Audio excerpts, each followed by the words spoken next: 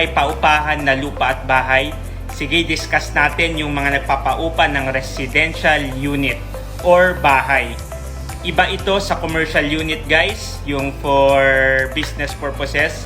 Ang i-discuss natin is for residential purposes or bahay pag ikaw ay nagpapaupa.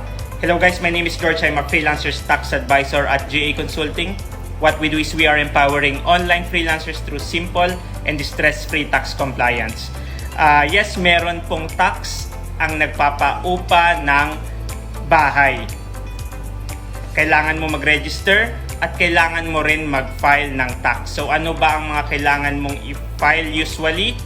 May isi-share ako. So ito guys, residential rent tax.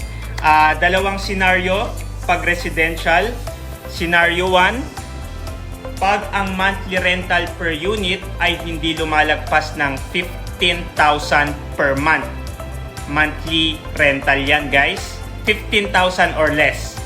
So 1, meron kang income tax, pero dahil less than 15,000 ang monthly rental mo, paupahan mo, exempted ka sa percentage tax and VAT. Again, 15,000 below, exempt sa percentage tax and VAT pag residential rent ang business mo.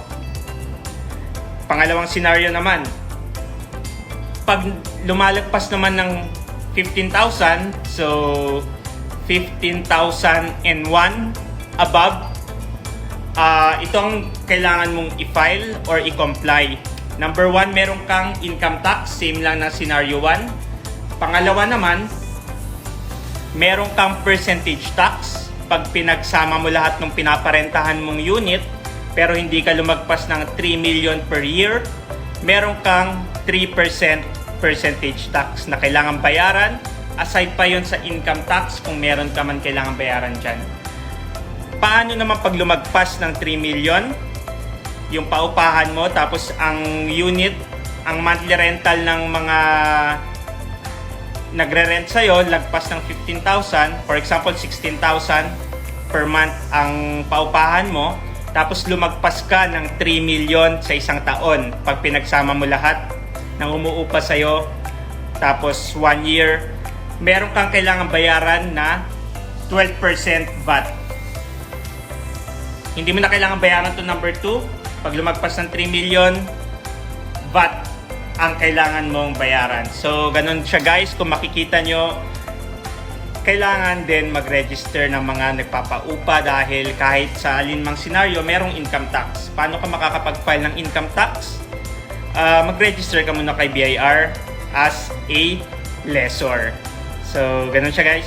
If you are a freelancer at meron kang concern or question regarding freelancers BIR registration and freelancers tax compliance, comment mo lang yan at sasagutin ko yan.